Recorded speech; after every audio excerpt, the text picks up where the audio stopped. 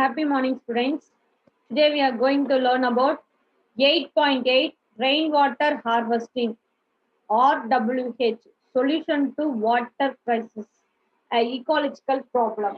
So இந்த class நம்ம எதை பத்தி பார்க்க போறோம்னா மழைநீர் சேகரிப்பு என்ன அப்படின்றத நம்ம இந்த ரெயின் வாட்டர் ஹார்வெஸ்டிங் நம்ம பார்க்க போறோம்.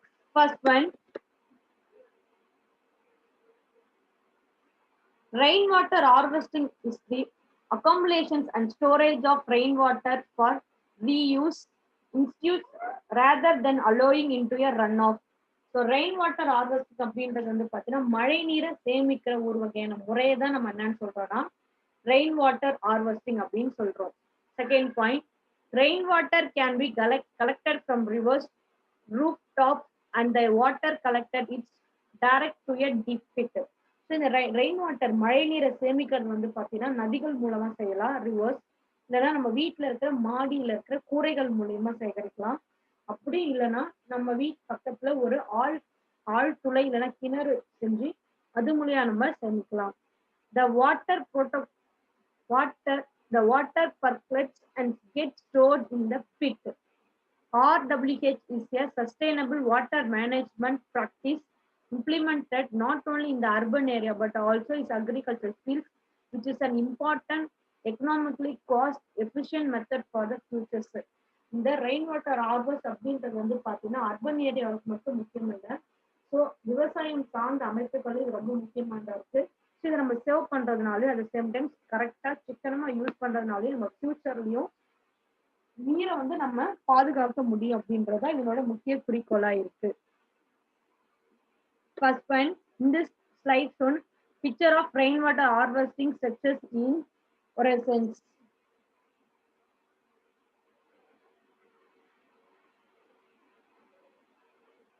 Second one, rainwater harvesting structures and water supply sources.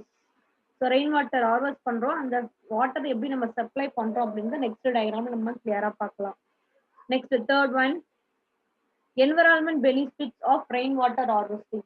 So rainwater harvesting ஓட பயன்கள் என்ன அப்படின்னு பார்க்க போறோம். First one, promotes frequencies of underground water and water conservation. முதல் வந்து பார்த்தா நிலத்தடி நீர் மற்றும் நிலத்தடி நீர் சார்ந்த அமைப்புகளை பாதுகாக்கலாம். Second one, migrates the effects of droughts. இந்த வறட்சியை வந்து கடுமையான வறட்சி நம்ம கொஞ்சம் கொஞ்சமா குறைக்க முடியும். Third one, reduce soil erosion as surface runoff is reduced. At the same time வந்து பார்த்தீங்கன்னா மண்ணு மேல இருக்கிற மண்ணுகளை வந்து அரிக்காம நம்மளோட அதாவது தண்ணி வேகமா போறதுனால மண்ணு அரிச்சிட்டு போயிடும். ஸோ அந்த மண் அரிப்பு ஏற்படாம நம்ம தடுக்க முடியும். Fourth one, reduce floods or orders, அதாவது வெள்ள அபாயத்தை குறைக்க முடியும். Sixth one, improves ground water quality and water tables, decrease salinisations, அதாவது நிலத்தடி நீரை தரத்தை அதிகப்படுத்த முடியும். நிலத்தடி நீர் மட்டத்தை அதிகமாக்குறதுனால உப்பு தன்மையை நம்மளால குறைக்க முடியும். Seventh one, no land is wasted for storage purpose and no population displacement is involved. At the same time நீரை நம்ம சேமிக்கிறதுனால நிலப்பரப்புல வந்து நீர் வந்து வீணாக்காம இருக்குது. அது சேர்ந்த மக்கள் வந்து இடம் பெயர்றதையும் நம்ம ஈஸியா தடுக்க முடியும். And 8 one, storing waters underground is an eco-friendly measures and a parts of sustainable water storage strategy of local communities. அது மட்டும் இல்லாம நிலத்தடி நீரை நம்ம ஒரு முறையான சிறப்பான முறையில நம்ம கையாளும் போது நமக்கு தேவையான வாட்டர்ஸை நம்மளே வந்து எடுத்துக்கலாம், நம்ம யாரையும் டிபெண்ட் பண்ணி இல்லாம இருக்கக்கூடிய ஒரு நிலையும் நம்மளுக்கு உருவாகும்.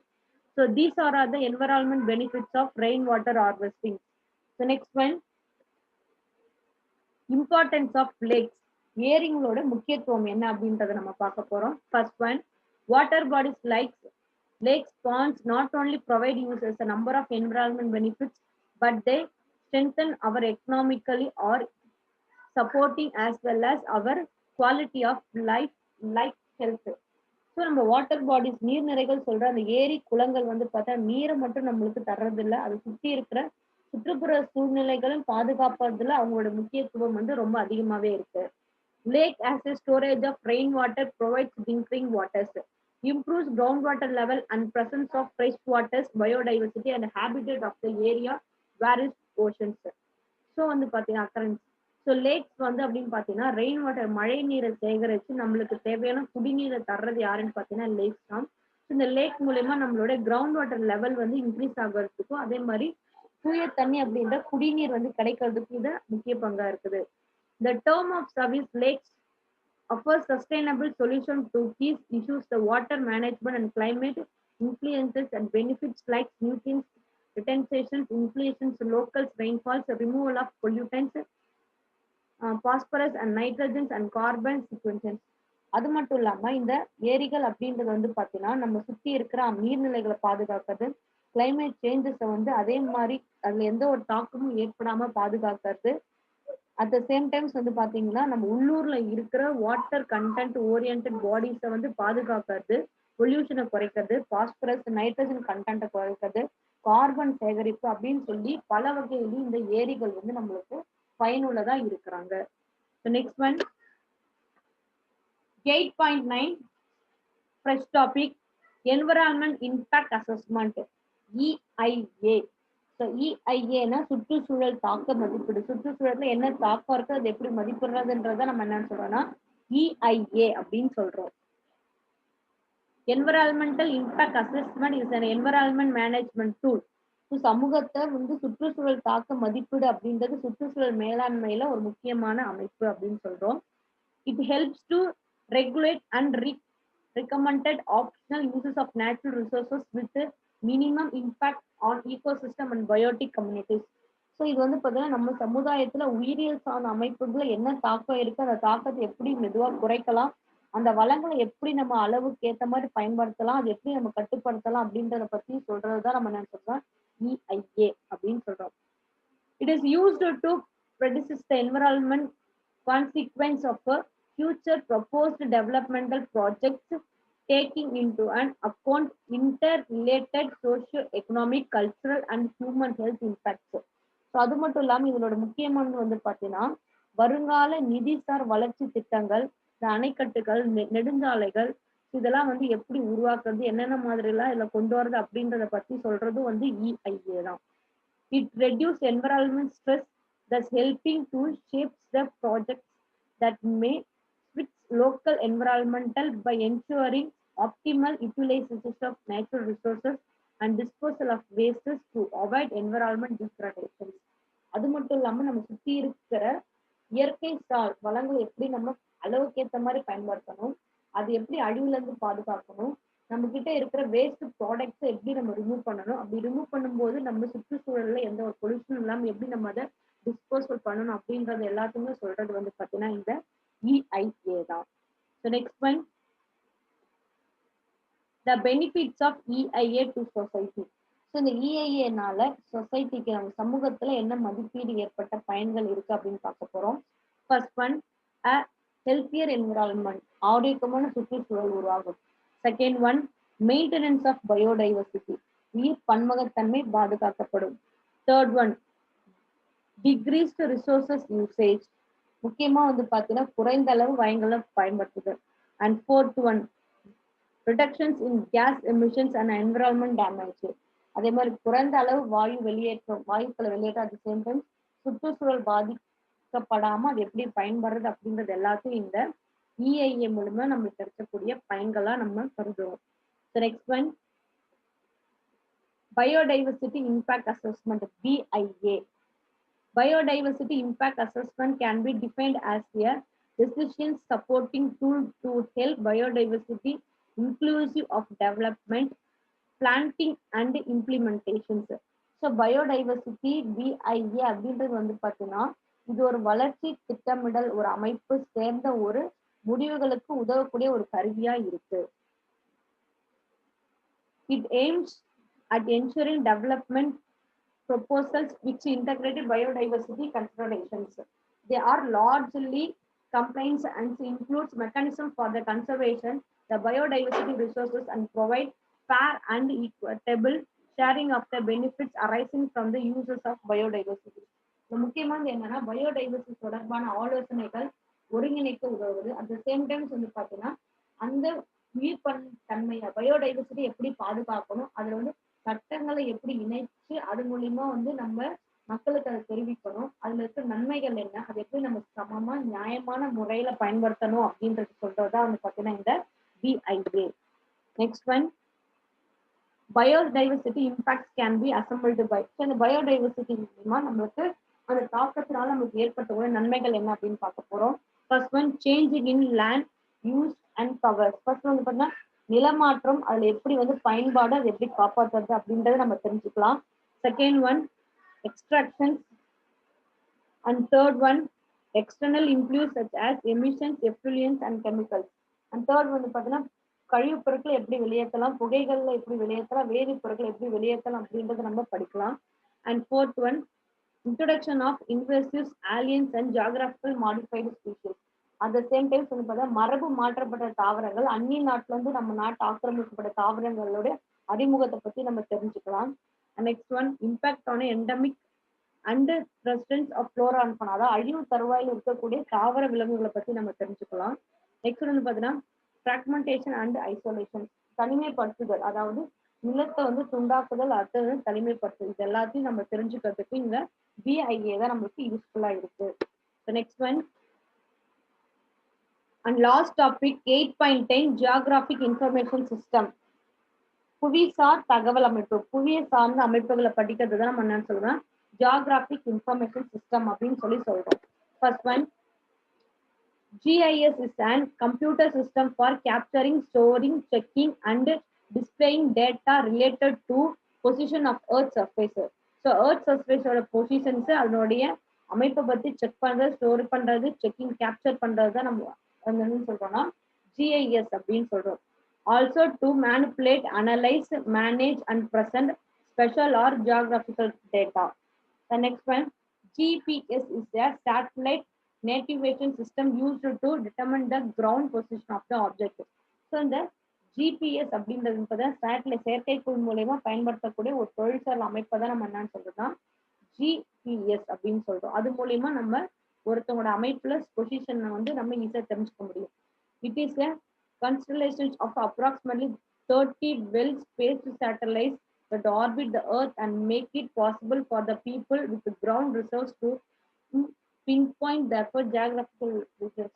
மோஸ்ட்லி பாத்தீங்கன்னா 30 வகையான சேட்டலைட்ஸ் நம்ம ஏர்த்ல இருந்து நம்ம ஏர்த்தை பாதுகாக்கிறதுக்கும், நம்ம ஏர்த்ல என்னென்ன ஸ்ட்ரக்சர்ஸ் இருக்கு, எந்த அமைப்புல என்ன வகையான அமைப்புகள் மாற்றங்கள் இருக்கு அப்படின்றத ஈஸியா நம்மளுக்கு சொல்றதுக்கு பாத்தீங்கன்னா இந்த GIS யூஸ் ஆகுது.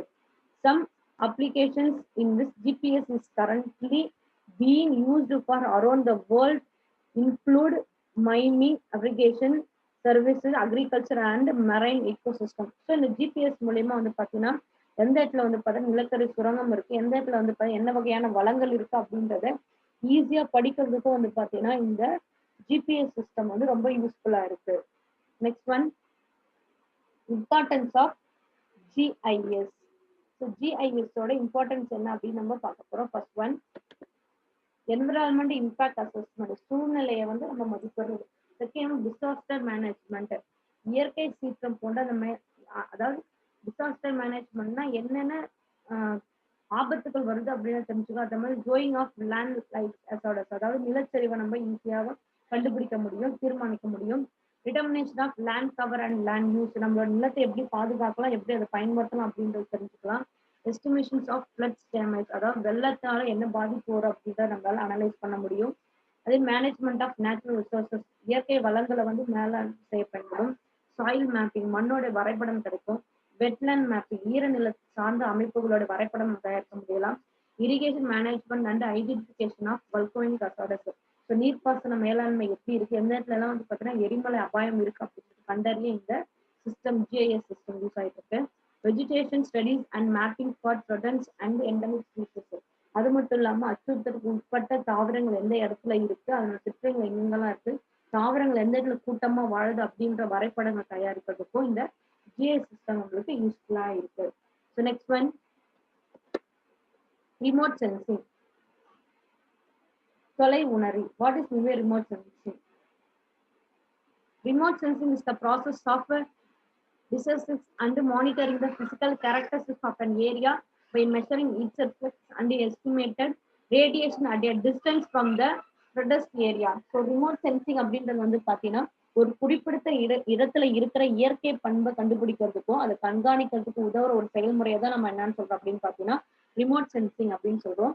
இதுல பாத்தீங்கன்னா ரேடியேஷன், கதிரியக்கத்தை யூஸ் பண்ணி இந்த ஒரு சிஸ்டம் வந்து பயன்படுத்திட்டு இருக்காங்க. It is a tool used in conservation practice by giving extra features and data on identification of even a single tree of a large area of vegetation and wildlife for classification of plants use patterns and studies identification of biodiversity rich or lost areas for opportunist workers on conservation and maintenance of various species including commercial crops, medicinal plants and threatened plants. So mostly இது எதுக்கு use பண்ணிட்டு இருக்கோம் அப்படின்னு பார்த்தீங்கன்னா, ஒரு தனி மரத்துல இருந்து ஒரு பெரிய தாவர தொகுப்பு, அதே மாதிரி ஒரு சின்ன வன பகுதியில இருந்து அந்த பெரிய படத்தோட படக்குறிப்பு, அது சார்ந்த தகவலை கண்டறியறதுக்கு யூஸ் பண்ணிட்டு இருக்கோம். அட் த சேம் டைம் நிலத்தோட பயன்பாட்டு முறைகளை வந்து நம்ம எப்படி அணுகணும் அப்படின்றத தெரிஞ்சுக்கிறதுக்கும், நம்மளோட பயோடைவர்சிட்டியை வந்து குறைக்கிறதுக்கோ இல்லை அதை அதிக அளவு பரப்புறதுக்கு தாவரங்களை எப்படி இனம் கண்டுபிடிக்கணும், அது எப்படி நம்ம உருவாக்கணும், அதுல எது வந்து அக்ரிகல்ச்சர் ஓரியன்ட், எது வந்து மருத்துவ தாவரங்கள், எது வந்து என்டேஞ்சரஸ் ஸ்பீஷிஸ் அப்படின்னு சொல்லிட்டு எல்லாத்தையும் தெரிஞ்சுக்கிறதுக்கு சென்ஸ் மூலியமா, அதாவது ரிமோட் சென்சிங் அப்படின்ற கருவி மூலியமா நம்ம ரேடியேஷனை யூஸ் பண்ணி ஒரு இடத்துல இருக்கிற agriculture fields, medicinal fields, endemic species எல்லாத்தையும் கண்டுபிடிக்கிறதுக்கு, பராமரிக்கிறதுக்கு, பாதுகாப்புறதுக்கு யூஸ் ஆகிறதுக்கு தான் நம்ம என்னன்னு சொல்றோம்னா ரிமோட் சென்சிங் அப்படின்னு சொல்லி சொல்றோம். நெக்ஸ்ட் ஒன், ஸ்பெசிபிக் யூஸ், சிறப்பு பண்புகள். அதாவது ரிமோட் சென்சிங்கோட சிறப்பு பண்புகள் என்ன அப்படின்னு பார்க்க போறோம். First one, helps presents favorable climate for the studies of separating of disease and controlling it. அதாவது விரும்பத்தக்க சூழ்நிலையை நிர்ணயிக்கவும் நோய் பரவலை தடுக்கவும் கட்டுப்படுத்துறதுக்கும் இது யூஸ் ஆகுது. Second one, mapping of forest fire and specific distributions. அதாவது வளர்ச்சி மற்றும் சிறந்த சிற்றின பரவலை வரைபடமா உருவாக்குறதுக்கு இது யூஸ் ஆயிட்டு இருக்கு. Next third one, tracking the patterns of urban areas development and the changes in farmland of forest over service years. So அதே மாதிரி வந்து பார்த்தீங்கன்னா நகர்ப்புற வளர்ச்சி, at the same time agriculture ஓரியன்டா இருக்கிற அமைப்பு, காடு, இது சார்ந்த பல வருடங்களா ஏற்படுகிற மாறுபாடுகளை கண்காணிக்கவும் இது உதவுது. Next one, mapping of ocean bottom and it is resources. கடல் மட்டத்தோ சார்ந்த வரைபடமும் அதை சார்ந்த வளங்களையும் வந்து படமா பிடிச்சி நம்மளுக்கு கணப்படுறதுக்கும் இந்த ரிமோட் சென்சிங் தான் யூஸ் ஆயிட்டு இருக்கு. So next one, application of satellites. First one, name of the satellite, year of launch and application. First one STAT-STA1 எப்படின்னா செப்டம்பர் 2016. ஸோ என்னோட யூசர்ஸ் வந்து பார்த்தீங்கன்னா weather position, cyclone predictions and tracing several services in India. அது காலநிலை மாற்றம் இந்தியாவில் நடக்கிறத வந்து தெரிஞ்சுக்கிறதுக்காக 2016 நம்ம இந்த ஸ்டாக்ஸ் டேட்டாவை நம்ம அனுப்புறோம். அது வந்து பார்த்தீங்கன்னா second one, instant 3DR September 2016 disaster management, இயற்கை சிற்றங்களை கண்டறிவதற்காக அனுப்பப்பட்ட செயற்கைக்கோள். And third one, CARTOSAT-2 January 2018 earth observation, புவியோட அமைப்பை அறியறதுக்காக அனுப்பப்பட்ட satellite. And fourth one, GSAT-6A March 2018 அனுப்புறதுக்குன்னா கம்யூனிகேஷன்ஸ், அதாவது தகவல் தொடர்புக்காக அனுப்பப்பட்ட satellite. And last one, CORDSAT-2 100th satellite, 100வது செயற்கைக்கோள், January 2018 to watch borders surveillance, அதாவது எல்லை பரப்பை கண்காணிக்கிறதுக்காக உருவாக்கப்பட்ட, அமைக்கப்பட்ட, அனுப்பப்பட்ட 100வது சேட்டலைட் தான் வந்து பார்த்தீங்கன்னா இந்த CORDSAT. So thank you students. Today class is over. Today you are going to learn some important topics. First one, geographical information system, rainwater harvesting, environment impact assessment, biodiversity impact assessment, and last one, some important application of satellites and the uses and launches of yours. Thank you students.